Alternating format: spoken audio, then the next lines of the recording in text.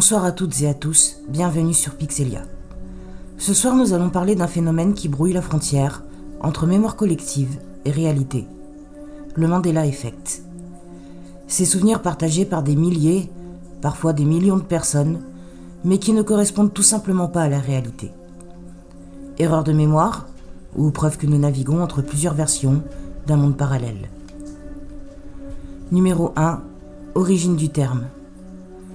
Le phénomène tire son nom d'un souvenir étrange partagé par beaucoup de gens, celui de la mort de Nelson Mandela en prison dans les années 80. Sauf que Nelson Mandela est mort en 2013, bien après d'avoir été président de l'Afrique du Sud.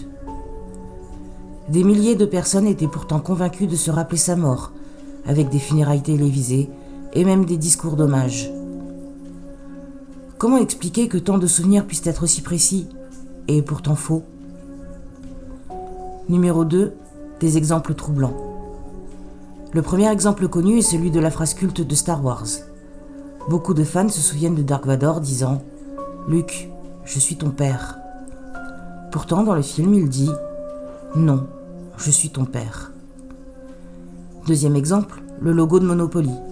Certains jurent que le personnage avait une loupe à l'œil, mais il n'en a jamais eu. Troisième exemple, le dessin animé Pokémon. Des milliers de fans sont persuadés que la queue de Pikachu avait une pointe noire. Mais, dans toutes les versions officielles, sa queue est entièrement jaune. Ces détails paraissent insignifiants, mais comment expliquer qu'autant de personnes aient le même faux souvenir? Numéro 3. Les explications possibles. Certains psychologues parlent de failles de la mémoire collective. Notre cerveau reconstruit parfois des souvenirs en mélangeant différentes informations, et comme on partage ses souvenirs avec d'autres, cela crée une illusion de vérité. Mais d'autres théories sont bien plus fascinantes. Et si ces souvenirs venaient en réalité de l'univers parallèle? Dans une autre version du monde, Pikachu avait peut-être bien une queue noire, et parfois, ces fragments d'univers se mélangent dans notre mémoire. Alors, simple erreur, ou preuve que nous glissons entre différentes réalités? Et vous, est-ce qu'il y a un Mandela Effect qui vous a marqué?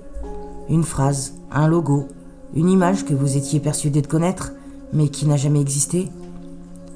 Racontez-moi vos expériences en commentaire, je trouve ça passionnant. Et je pourrais même en reprendre certains dans une prochaine vidéo. Merci d'avoir suivi cet épisode. Si vous avez aimé, pensez à liker, à vous abonner et à activer la cloche.